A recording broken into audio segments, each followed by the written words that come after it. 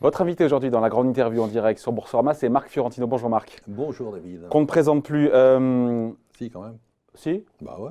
Associé chez Mon Financier, Mais oui, éditorialiste star sur BFM Business. Bon, ça nous a secoué quand même Trump, là, cette histoire. Parce que l'administration Trump nous vend, c'est vrai, hein, tous, Ménachine, Trump, régulièrement, en disant voilà, ça avance bien, c'est fructueux, on avance vers un accord, c'est imminent. Poum. Et hier, il y a eu ces deux tweets qui ont fait mal parce que quand même, il nous dit, on a beaucoup parlé hier, sur 200 milliards, on passe de 10 à 25 de surtaxe douanière, et sur les 325 milliards qui restent, vous allez voir les cocos, c'est 25% directement dans un second temps, si ça ne va pas assez vite. Est-ce que vous aussi, quand même, vous avez pris de court quand vous avez vu la nouvelle tomber dans la nuit de dimanche à lundi?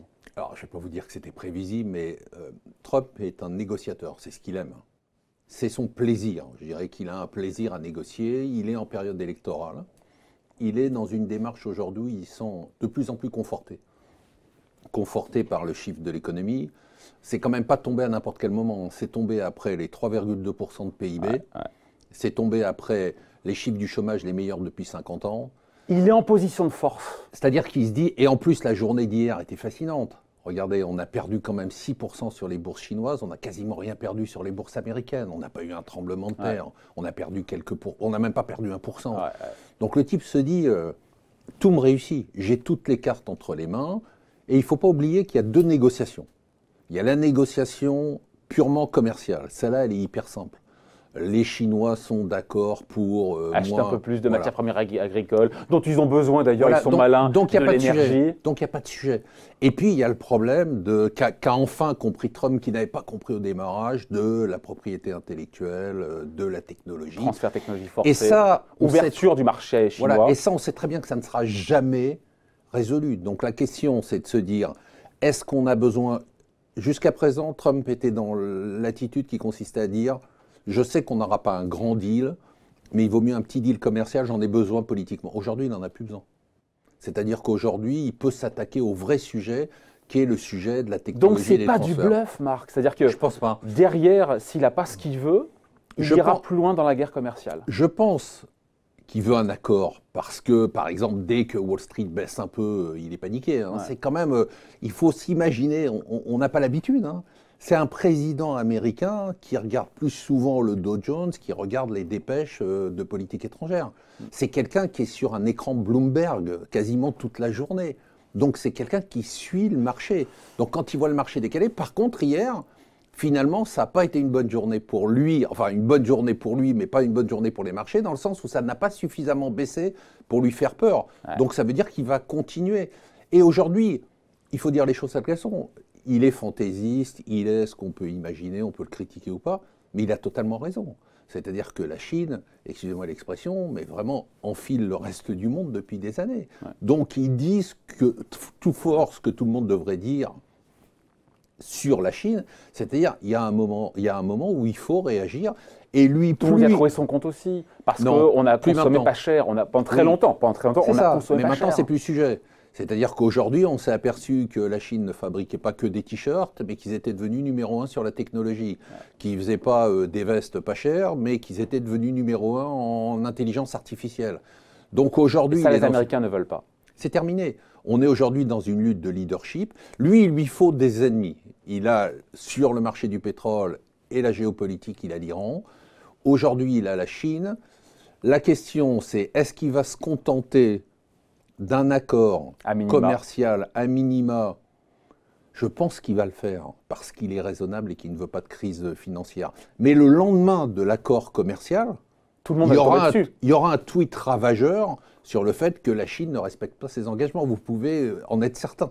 Ça va durer 3 jours. Donc tout ça pour rien, quoi. Retour à la case départ. Donc retour à la case départ. Bon, il va gagner de l'argent. Les États-Unis vont gagner de l'argent sur les droits de douane, sur les engagements chinois. Mais la vraie question, de toute façon, les Chinois ne veulent pas résoudre ce problème non plus. Ils ne veulent pas s'engager à arrêter de piller technologiquement tous les autres pays. Et c'est pour ça qu'encore une fois, on comprend mieux la manœuvre de Trump, entre guillemets manœuvre, parce que derrière, c'est ce qui se dit dans les coulisses de l'administration américaine, c'est que les négociateurs chinois seraient revenus en arrière sur certains pans de leurs engagements. Absolument. Le problème, c'est qu'ils sont en situation de faiblesse.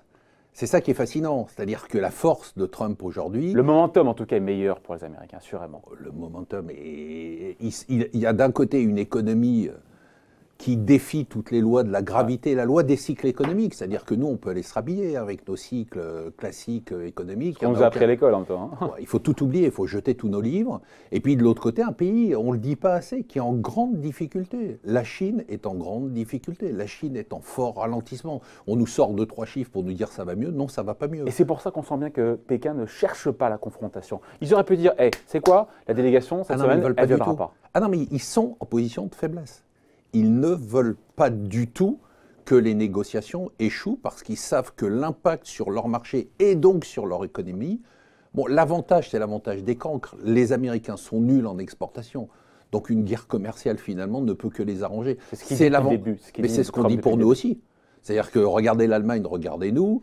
Nous, quand ça va mal sur la guerre commerciale, ça n'a aucun impact sur nous parce qu'on est nuls. Les Allemands, eux, souffrent en première ligne.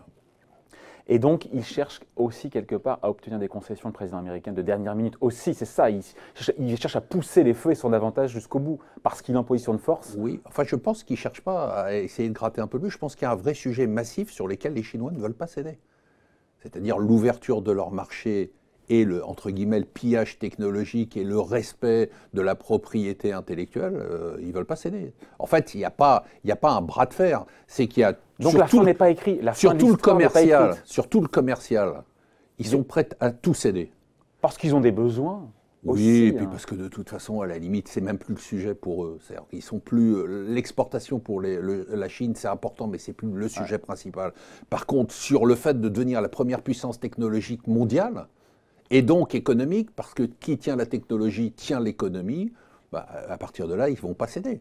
Donc aujourd'hui, la question, c'est de savoir est-ce que Trump a besoin d'un accord à minima? Moi, je pense que oui. Il n'en a pas besoin, mais il va le faire pour le dénoncer le lendemain. Et donc, encore une fois, retour à la case départ. Retour à la case départ avec quand même quelque chose qui est fascinant, c'est la résistance des marchés. Ouais. J'étais très surpris par la résistance des marchés hier. Paradoxalement, j'ai vu beaucoup de titres sur les marchés. Les marchés, non, il ne s'est pas passé grand-chose. Ouais. C'était quand même un événement extrêmement grave, non attendu, non anticipé. Moins 5 sur Shanghai, moins... Sur la Chine. Ouais, et de nouveau. D'ailleurs, le rapport de force, on le voit 6% bien. 6% sur la Chine. Ouais, et moins 0,5 sur le marché américain. Il ne s'est rien passé sur le marché américain. On est quasiment au niveau le plus haut. On est au niveau historique. Il ne s'est rien passé. Donc, quand Trump affirme que l'économie américaine n'est pas impactée, encore une fois, par la guerre commerciale, ça c'est sûr. Pour l'instant, les chiffres lui donnent raison. Non, mais ça c'est sûr. Et elle ne le sera pas parce que l'avantage de... Certains disent que les biens qui sont taxés pour l'instant ne sont pas les biens qui sont achetés par les consommateurs, mais les biens qui sont transformés. Et que s'ils taxent effectivement les 325 milliards de dollars en plus, là, ce sont des biens de consommation. Et là, Mr. Smith, il va le sentir passer. Ça n'aura aucun impact. Par rapport à la hausse du pétrole et la hausse de l'essence, c'est totalement marginal. Pourquoi? Parce que les États-Unis ne sont pas une puissance exportatrice forte vis-à-vis de la Chine. Donc, il n'y a pas d'enjeu. Paradoxalement, il n'y a pas d'enjeu pour les Américains. On est en train de s'en rendre compte petit à petit. Donc non, lui, il est tout à fait dans une situation de force. Et puis, il a ce formidable boom économique qui défie, je le disais tout à l'heure, ça fait 2 ans qu'on explique que ça va ralentir. Ouais. Ça fait, il y a 6 mois, on nous expliquait qu'il allait y avoir une récession. Ouais. Et on a une économie qui est totalement à des niveaux, enfin on est quand même à 3,6% de chômage. On peut dire ce qu'on veut, les petits emplois, les machins, mais ça reste un taux de chômage qui est incroyable. Ça fait 50 ans qu'on n'a pas vu ça. Ouais, avec des salaires qui sont en croissance de plus de 3%. Notamment pour le premier quartile de mémoire. C'est plus 4 et quelques pourcents de salaire. Donc on dit, ouais, les bas salaires sont laissés de faire les emplois de qualité sont laissés sur le côté. C'est pas le cas. C'est plus du tout le cas. Quand il affirme, Trump, on le voit là à l'écran, que les tarifs douaniers qui sont payés par la Chine ont contribué à la performance économique des États-Unis, notamment au premier trimestre, plus 3,2%. C'est vrai ou pas que... Non, c'est faux. Non, c'est totalement faux. C'est des chiffres qui sont ridicules par rapport à la taille de l'économie. C'est ça, en disant qu'il y a des milliards qui sont rentrés. Bien sûr, on est là pour ça. Bon, il est là. Bon, il joue son jeu. Hein. Il est dans une sorte de cinéma d'intox et dans la fake news permanente. Mais le fond du sujet et la position qu'il défend est une position que l'Europe devrait défendre aussi. C'est-à-dire que la position de se dire, bon, il y a un moment, il faut dire stop à la Chine.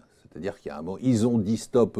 Regardez, hein, on parle des GAFA, la domination des GAFA. Les GAFA n'ont pas passé la frontière chinoise. Exactement. C'est ce qui a permis aux géants chinois du web d'émerger. Pourquoi cette naïveté et pourquoi cette réciprocité face à des gens qui ne respectent pas les règles? Donc aujourd'hui, l'attitude des États-Unis vis-à-vis de la Chine est la bonne.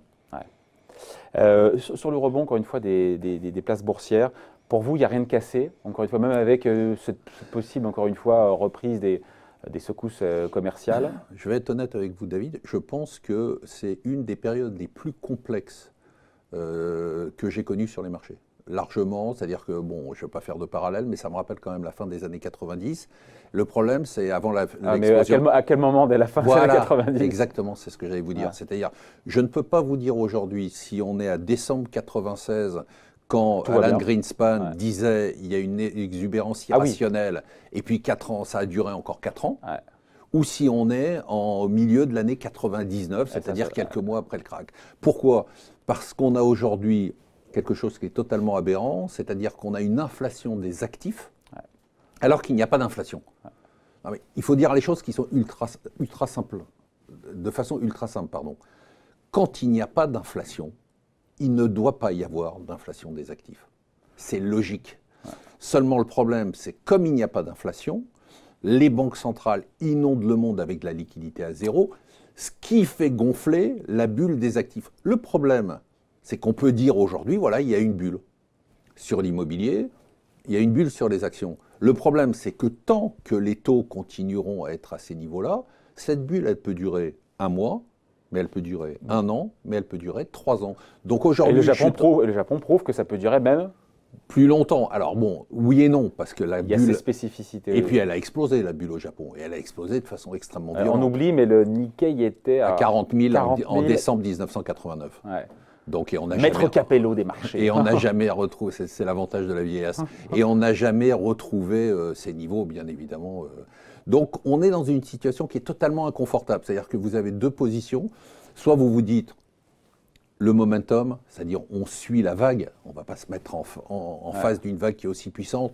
Tant que les taux sont à zéro, tant qu'il n'y a pas de signe de remontée des taux, et il n'y en a aucun, continuez à acheter. Ouais. Soit se dire, tout ça n'est pas raisonnable et il faut se retirer. Mais moi, je me dis ça depuis quelques mois et le marché joue contre moi. Ouais. C'est-à-dire que ça fait plusieurs mois que je me suis retiré du marché et que j'ai fait une erreur et que je regarde le train passer comme une vache en mastiquant mon herbe et en me disant, mais à quel moment ce truc-là va s'arrêter? Et il peut ne pas s'arrêter. Elle a un goût amer au bout d'un moment, l'herbe, quand on la mâche. Non, mais, vous perdez rien, mais vous ne gagnez pas. Ouais, encore une fois, qui a la main? Les banques centrales, parce qu'in fine, c'est elles qui vont siffler la fin de la récré, la fin de la partie boursière. Non, parce que... Elles ne le feront pas, parce qu'il y a trop de risques. Parce qu'il y a tellement de dettes et que les marchés sont à un niveau tellement élevé que...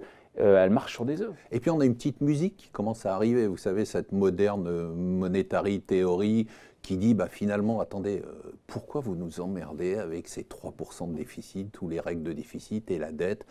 Tant que les taux sont à zéro, il faut faire du déficit. Et il faut faire de la dette. Ce qui peut se défendre si derrière l'investissement est rentable. Oui, parce que derrière, on vous dit de toute façon, à la fin, ok, la dette est très importante, regardez le Japon, vous en parliez tout à l'heure. Bon, c'est pas grave. Il y a 230% du PIB qui en a.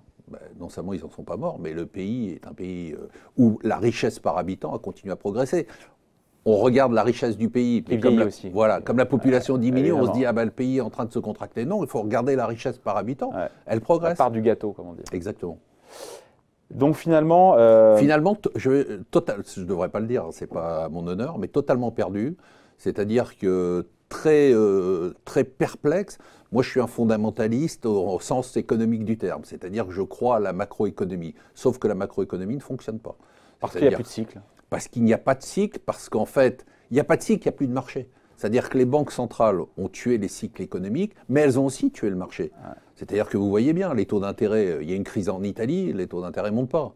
Il y a une crise en France, les taux d'intérêt ne montent pas. La dette française augmente, les taux d'intérêt ne montent pas. Pourquoi? Parce que les taux sont administrés aujourd'hui. Parce que la Banque centrale européenne absorbe tout ce qu'il y a. Et donc tout va bien. Donc tant qu'ils sont derrière à la manœuvre, à garder les taux bas.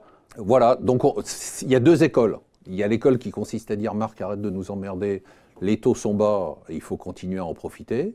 Et puis, il y a l'école qui consiste à dire, il y a un moment, ça va exploser. Le problème, c'est est-ce qu'on est en 96 ou est-ce qu'on est en 99 ? Voilà. 4 ans, à attendre sur le bord de la Avec voie ferrée. 10-15% par an. Avec 10-15%, c'est toujours un peu brutal. Voilà, on n'est pas plus avancé, mais quand même. Non, on finit là-dessus, Marc. Malgré tout, vous êtes fondamentaliste en économie. En économie, je le précise quand même. Oui, quand même, on s'en doutait un peu. Sur les résultats d'entreprise là aux États-Unis, parce qu'au départ, on devait avoir une baisse des résultats sur le premier trimestre. On avait dit -3, -4, on est vers +1, +2. On se dit quoi On se dit que pour l'instant, attendez, avec un chômage qui est au plus bas historique, une consommation qui est forte, de l'investissement qui est là, on est pour l'instant sur une vague qui est une vague plutôt positive en termes de résultats. Bon, et dernière question, finie là-dessus, parce qu'il y avait cette déception par les marchés qui attendaient, quand on a eu la Fed la semaine dernière, éventuellement un signe d'ouverture vers des taux qui pourraient baisser. Mais on se dit, les marchés, mais qu'est-ce qu'ils attendent de plus? Ils sont persuadés, alors on va se le dire entre nous, ils sont persuadés qu'on va avoir une baisse des taux dans les 12 mois qui viennent aux États-Unis. Mais ils voient les chiffres là ou pas? Ils sont persuadés qu'on va avoir une baisse des taux dans les 12 mois. Ils en sont persuadés, ils jouent ça dès aujourd'hui. Sauf qu'à force de le jouer, ils poussent un peu la main aussi de la Fed à le faire. Oui, et puis la Fed, finalement, on se rend compte quand même, il faut dire une réalité, on parle de l'indépendance des banques centrales, elle n'existe plus.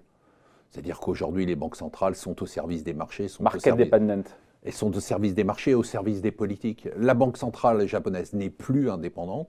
C'est une réalité. La Banque centrale européenne ne l'est absolument pas, puisqu'elle rachète toutes les dettes dans n'importe quelle condition, même des pays qui ne respectent absolument aucune règle, comme l'Italie.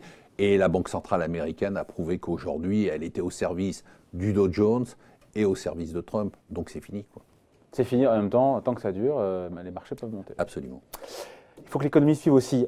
Merci beaucoup. Merci Toujours un plaisir de converser comme ça, à bâton rompu, avec Marc Fiorentino, associé chez Mon Finance et The éditorialiste sur BFM Business. Merci Marc.